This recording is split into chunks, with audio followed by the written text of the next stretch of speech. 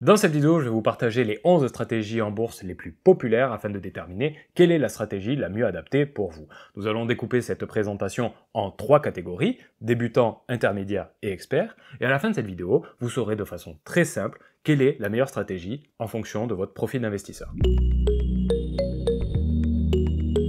Et donc pour démarrer cette catégorie débutant, nous allons décrire la stratégie numéro 1 qui est le portfolio permanent de Harry Browne.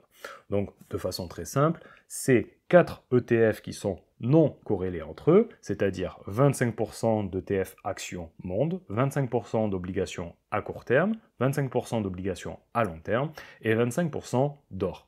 Donc sa performance moyenne sur les dernières années est de 7% par an. Et pour qui s'adresse cette stratégie? Eh bien c'est pour les investisseurs qui ne souhaitent pas se prendre la tête, on va dire, car c'est le plus simple. Le risque est faible, c'est-à-dire que, étant donné que ce sont des actifs qui sont décorrélés entre eux, c'est-à-dire que quand il y en a un qui monte, généralement l'autre baisse, donc généralement vous êtes toujours positif dans la globalité, et la difficulté à suivre cette stratégie est assez facile. Pourquoi? Parce qu'il n'y a que 4 ETF à suivre, et chaque année, donc par exemple le 1er janvier, il faut respecter cette proportion, donc ça veut dire que si par exemple les actions ont monté et que les obligations ont baissé, alors il faut vendre des actions et acheter des obligations, et comme ça on garde toujours cette parité dans les pourcentages. La deuxième stratégie est le portfolio 4 saisons de Ray Dalio. Donc pourquoi 4 saisons? Eh bien tout simplement parce que c'est un peu cette même idée que le précédent, il peut résister à n'importe quelle variation de marché, et donc vous évitez de perdre de l'argent en bourse. Donc il est constitué de 5 ETF, donc 30% d'actions monde, 40% d'obligations long terme, 15% d'obligations moyen terme, 7,5% d'or et 7,5% de matières premières. Sa performance moyenne est estimée à 8% par an, donc un peu plus que le précédent. Et pour qui il s'adresse? Eh bien pour des investisseurs qui souhaitent plutôt minimiser leur risque en bourse. Pourquoi? Parce que c'est un portefeuille qui est beaucoup moins volatile et qui quand même réussit à avoir une meilleure performance que le précédemment, mais en contrepartie, il y a un peu plus de gestion, c'est-à-dire qu'il y a 5 ETF au lieu de 4. La troisième stratégie est la stratégie de Yale par David Swensen, donc c'est un économiste qui travaille dans l'université de Yale aux États-Unis, et son portefeuille est composé de 6 ETF, donc 30% d'actions monde, 15% d'actions monde hors USA, 5% actions pays émergents, 20% rate américaine, donc c'est l'immobilier aux États-Unis, 15% d'obligations de moyen terme, et 15% d'obligations qui sont indexées sur l'inflation, s'il y a de l'inflation aux États-Unis par exemple. Sa performance moyenne sur les dernières années a été de 8,5% par an, donc c'est un peu mieux que le précédent. Pour qui c'est pour les personnes qui souhaitent plutôt maximiser le rendement, donc ça veut dire que dans ce portefeuille, il y aura sûrement un peu plus de volatilité présumée, et ce qui entraîne un peu plus de risque, d'une certaine façon, mais en contrepartie, vous avez un peu plus de rendement, donc le risque est assez faible toutefois quand même, parce qu'on est sur des ETF qui sont assez bien répartis, et la difficulté à suivre est toujours assez faible, si bien qu'il y ait un peu plus d'ETF à suivre. Et si vous souhaitez connaître le portefeuille parfait en théorie, eh bien je vous renvoie à cette vidéo pour en savoir plus. Et donc maintenant, nous passons à la catégorie intermédiaire. Et la première est la stratégie numéro 4, c'est-à-dire la vente à découvert de James Chanos. En quelques mots, la vente à découvert, c'est la vente d'un titre financier que l'on n'a pas encore, en espérant pouvoir la racheter moins cher par la suite pour réaliser un profit en misant ainsi sur une baisse de son cours. Sa performance moyenne a été de 17% par an, ce qui est 2 fois plus que les stratégies précédentes, mais le risque est plus fort dans le sens où il faut bien choisir les entreprises qui vont baisser dans les futures années, ce qui n'est pas donné à n'importe quel investisseur particulier. Et la difficulté à suivre la stratégie est assez moyenne, c'est-à-dire que peut-être James Chanos a réussi à faire des bons coups, mais même en sachant sa stratégie, est-ce qu'un investisseur particulier a la capacité de reproduire sa stratégie? Eh bien pour moi c'est quand même assez difficile parce qu'il n'y a pas énormément de contenu sur sa façon de faire. Et donc pour qui s'adresse cette stratégie? Eh bien plutôt pour des investisseurs qui sont pessimistes, des personnes qui pensent que la croissance en bourse va s'effondrer dans les futures années et que toutes les entreprises vont s'effondrer, etc. Ce qui n'est pour moi pas ma vision. La stratégie numéro 5 est le long short equity de Alfred Jones. Donc, en quelques mots, cela consiste à prendre une position qui est simultanément sur un actif qui a vocation à monter et un actif qui a vocation à baisser. Donc, par exemple, avoir 50% d'actions et 50% d'obligations. Et donc, en pensant que généralement, les actions vont monter et les obligations vont baisser, et donc ça nous donne une performance moyenne, et vice-versa. La performance moyenne de Alfred Jones a été de 21% par an, ce qui est beaucoup plus que la précédente. On pourrait penser que le risque est faible dans ce cas-là, mais je dirais qu'il est plutôt moyen dans le sens où l'idée de penser que les actions vont monter et les obligations baisser, eh bien c'est quand même assez réducteur, ce n'est pas une loi immuable, dans le sens où, par exemple, en 2022, ceux qui utilisaient cette stratégie ont vu que les actions ont baissé, mais les obligations ont baissé aussi. Donc, à partir de là, ils n'ont pas fait une bonne performance. Donc la difficulté à suivre cette stratégie est assez moyenne aussi, parce que il faut réussir à investir sur des actifs, donc choisir les bons actifs qui vont monter et choisir les bons actifs qui vont baisser, ce qui, vous allez le voir plus tard, réduit une certaine performance. Et pour qui sait, j'ai mis ça, ce sentiment de sécurité, car, comme on a pu le comprendre, c'est que ce n'est pas une loi immuable, que tous les actifs sont bien décorrélés entre eux. La stratégie numéro 6 est l'investissement dans la valeur de Warren Buffett. Donc, en quelques mots, c'est une stratégie qui consiste à acquérir des sociétés dont la valeur intrinsèque est supérieure à la valeur de marché.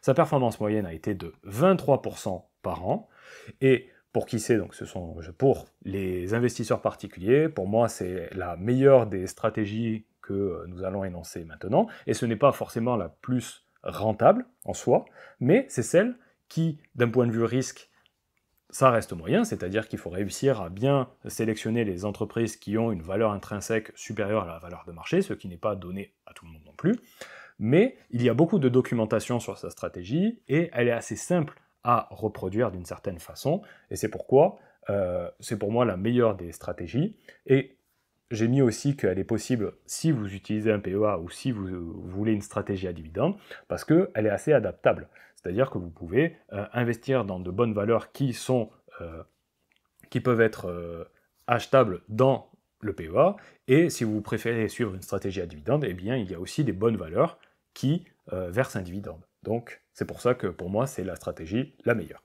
La stratégie numéro 7, c'est l'acquisition d'actifs en difficulté par David Tepper. Donc en quelques mots, c'est le fait d'acheter des actifs au bord de la faillite en pariant sur le redressement de la société. Sa performance moyenne a été de 25% par an, et donc, pour qui c'est, eh bien j'ai mis surtout pour les experts comptables, c'est-à-dire qu'il va falloir, dans le bilan comptable, réussir à déterminer si, même si c'est une entreprise qui est au bord de la faillite, savoir si elle a la capacité de se redresser et de repartir à la hausse. Ce qui n'est pas donné à tout le monde, et voilà, si vous n'êtes vraiment pas un expert dans l'analyse des bilans comptables, eh bien, même moi, qui ai quand même de bonnes connaissances, je ne souhaite pas m'aventurer là-dedans, même si on peut faire beaucoup plus de performances. Donc le risque est assez moyen dans un sens, parce que si on a les compétences d'un expert comptable, eh bien on peut réussir à mettre en place cette stratégie, mais la difficulté quand même à suivre cette stratégie est assez difficile. La stratégie numéro 8 est l'investissement dans la croissance par Peter Lynch. Donc en quelques mots, c'est la sélection d'un actif qui offre de belles perspectives d'appréciation sur les futures années. Donc sa performance moyenne a été exceptionnelle, elle a été de 29% par an. Et pour qui s'adresse cette stratégie? Eh bien, j'ai noté pour les personnes qui ont un gros capital. Pourquoi? Parce que ça, d'une certaine façon, vous allez investir dans des entreprises un peu comme des small caps, ça s'appelle, donc des petites entreprises, et sur les 10, 15, 20 que vous allez investir, eh bien, il y en a, on va dire, 2-3 qui vont, si vous suivez cette stratégie, qui va très bien performer, et le reste va soit pas performer, soit va vous faire perdre de l'argent.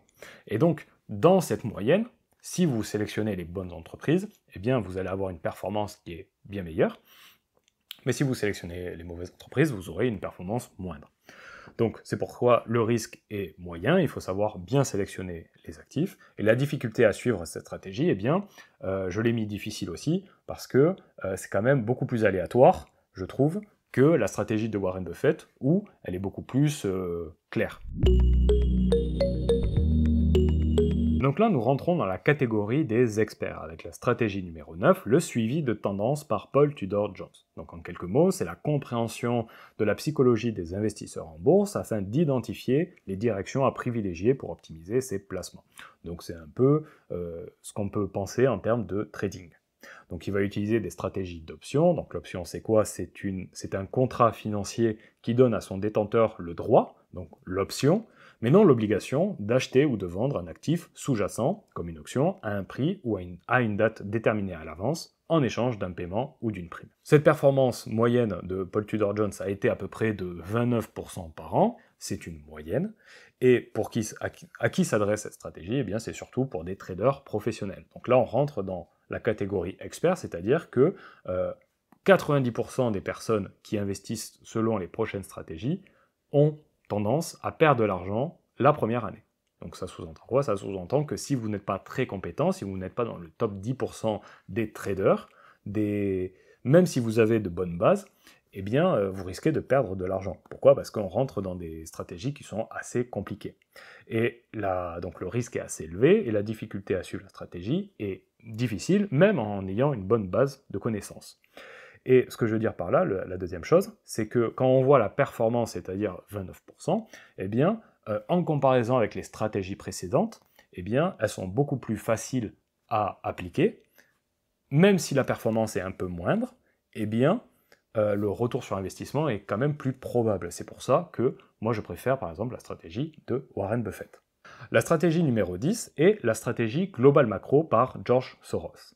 Donc en quelques mots, c'est le fait de parier sur les résultats des évolutions macroéconomiques et des chocs géopolitiques. Donc pour vous donner un exemple, eh bien c'est par exemple la compréhension des données économiques d'un pays sur les marchés financiers, donc c'est le taux d'intérêt, le taux de croissance, le taux de chômage, enfin bref, c'est de l'économie macroéconomique. Si vous n'êtes pas un économiste, un trader professionnel spécialisé dans ça, eh bien ça va être très difficile de réussir à faire cette stratégie. Donc pour vous donner un exemple de ce que George Soros a réussi à faire, c'est par exemple dans les années 2000, l'Irak a envahi le Koweït pour leurs barils de pétrole, et dans ce cas-là, eh bien, il a fait une vente à découvert des actions américaines en pariant qu'il y ait un ralentissement de l'économie américaine à cause du choc pétrolier, et plus il a acheté avec un effet de levier, donc c'est le fait d'emprunter de l'argent, des barils de pétrole en pariant sur le fait que le pétrole, le prix de l'action, enfin le prix du Brent, donc c'est le pétrole, ça s'appelle comme ça, monte. Résultat, eh bien, il a réussi à faire une performance sur ce coup-là de 86% de bénéfices. Donc on arrive à des stades qui sont très élevés. Donc la performance moyenne a été de 30% par an, mais comme j'ai pu le dire précédemment, eh bien, si vous n'êtes pas un économiste, ça va être très difficile de reproduire ce genre de résultats. Donc vous risquez plus de perdre de l'argent si vous n'êtes pas très compétent.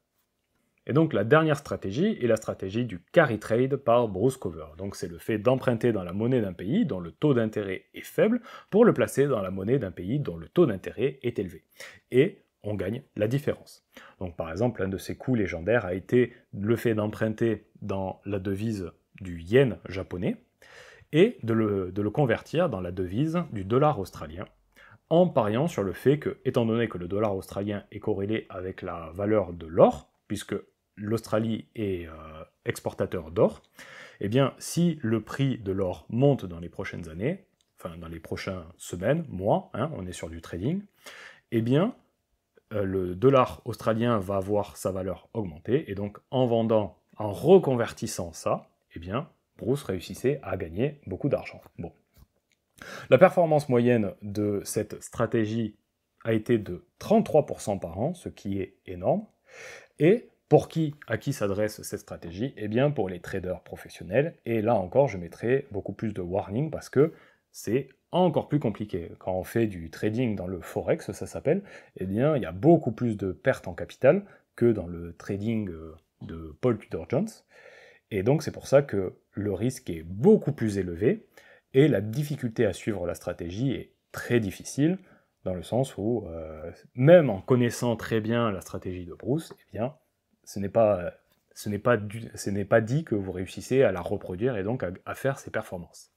Et donc en conclusion, eh bien, à la lumière de ces 11 stratégies, eh bien, on peut remarquer que le fait d'investir en bourse, sur une longue période de temps, vous permettez d'avoir entre 7 et 33% par an en bourse.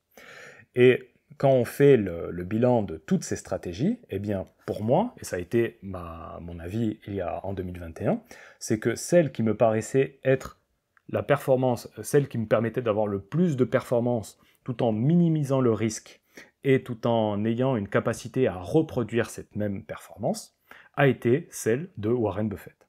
Pourquoi? Parce que Warren Buffett, il y a beaucoup de livres sur sa stratégie en bourse, et sa stratégie est quand même assez simple à comprendre et assez simple à appliquer. Et c'est pourquoi j'ai réussi à comprendre tout ça et à l'appliquer, et à avoir plus ou moins ces mêmes performances de mon côté. Et voilà, je vous invite à, si vous le souhaitez, regarder ma masterclass pour en savoir plus sur ma stratégie qui m'a permis d'avoir plus de 20% par an en investissant seulement une fois par mois. C'est le premier lien en description. À bientôt.